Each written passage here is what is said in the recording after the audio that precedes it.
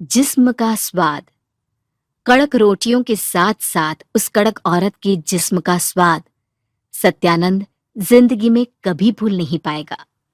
नरेंद्र कुमार टंडन। अप्रैल 17, 2019। हल्की हल्की बरसात में मौसम ठंडा हो चला था। हवा तेज नहीं थी। शाम गहराती जा रही थी। दिल्ली से पंजाब जाने वाली बसें एक एक करके रवाना हो रही थीं। दिल्ली बस अड्डे पर आज भीड़ नहीं थी। दिल्ली से संगरूर जाने वाली बस आधी ही भरी थी। 6:45 बज चुके थे। सूरज डूब चुका था। बस की रवानगी का समय हो चला था। 10 मिनट और इंतजार करने के बाद बस कंडक्टर ने सीटी बजाई। ड्राइवर ने इंजन स्टार्ट किया। गियर लगते ही बस लहराकर भीड़ काटते हुए बस अड्डे का गेट पार कर बाहर आई और रिंग रोड की चौड़ी सड़क पर तेजी से दौड़ने लगी। बस की रफ्तार बढ़ने के साथ साथ हल्की हल्की बरसात भी तेज बरसात में बदल गई। बस के सामने की शीशों पर लगे वाइपर भी तेजी से चलने लगे। पीरागढ़ी चौक तक आते आते 7:30 बज चुके थे। वहां पर आधा मिनट के लिए बस रुकी। 4-5 सवारियां भी चढ़ीं, पर बस अभी भी पूरी तरह से नहीं भरी थी। बस आगे बढ़ी। नांगलोई, फिर बहादुरगढ़ और फिर रोहतक। बरसात बदस्तूर जारी थी। हवा भी तेज होती जा रही थी। रोहतक बस स्टैंड पर बस 5 मिनट के लिए रुकी। भारी बरसात के चलते बस स्टैंड सुनसान था। रोहतक पार होते होते बरसात भयंकर तूफान में बदल गई। 20 मिनट बाद बस लाखन माजरा नामक गांव के पास पहुंची। वहां बड़े बड़े ओले गिरने लगे थे। साथ ही आंधी भी चलने लगी थी। सड़क के दोनों किनारे खड़े कमजोर पेड़ हवा के जोर से तड़ तड़ कर टूटे और सड़क पर गिरने लगे। बस का आगे बढ़ना मुमकिन नहीं था। सारा रास्ता जो बंद हो गया था। ड्राइवर ने बस रोक दी और इंजन भी बंद कर दिया। जल्द ही बस के पीछे तमाम दूसरी गाड़ियों की कतार भी लग गई। अब भीषण बरसात तूफान में बदल गई। क्या करें, कहां जाएं? दिल्ली से संगरूर का महज 6 घंटे का सफर था। ज्यादातर मुसाफिर यही सोचकर चले थे कि रात के 12 बजे तक वे अपने अपने घर पहुंच जाएंगे, इसलिए उन्होंने खाना भी नहीं खाया था। अब तो यहीं रात के 12 बज गए थे और उनके पेट भूख से बिलबिला रहे थे। सबने मोबाइल फोन से अपने अपने परिवार वालों को कहा कि वे खराब मौसम के चलते रास्ते में फंसे हुए हैं। मगर बस के मुसाफिर कब तक सब्र करते? खाने का इंतजाम नहीं था।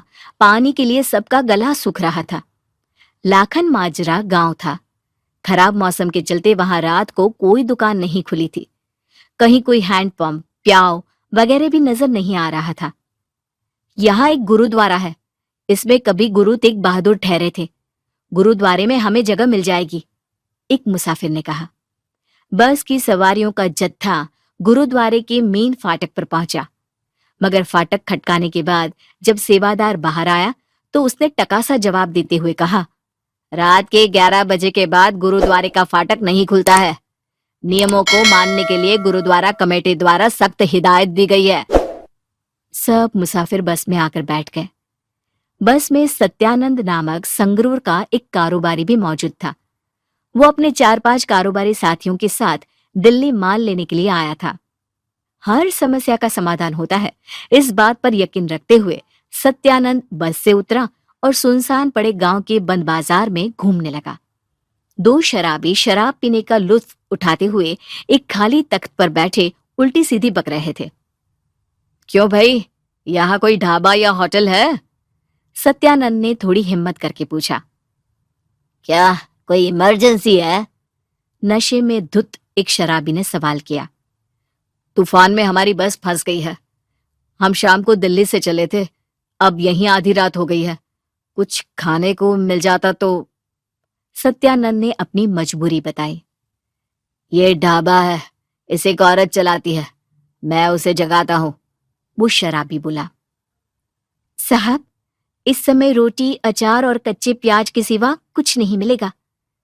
थोड़ी देर में एक जवान औरत ने बिजली का बल्ब जलाते हुए कहा। ठीक है, आप रोटी और अचार ही दे दें। थोड़ी देर में बस के सभी मुसाफिरों ने रोटी, अचार और प्याज का लुत्फ उठाया। अपने पैसे देने के बाद सत्यानंद ने पूछा, चाय मिलेगी क्या? जरूर मिलेगी, उस औरत ने कहा। तब तक दूसरे मुसाफिर बस में चले गए थे। चाय सुड़कते हुए सत्यानंद ने उस औरत की तरफ देखा।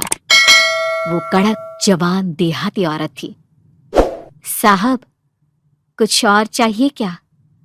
उस औरत ने अजीब सी नजरों से देखते हुए पूछा। क्या मतलब? आप आराम करना चाहो तो अंदर बिस्तर लगा है। दुकान के पिछवाड़े की ओर इशारा करते हुए उस औरत ने कहा।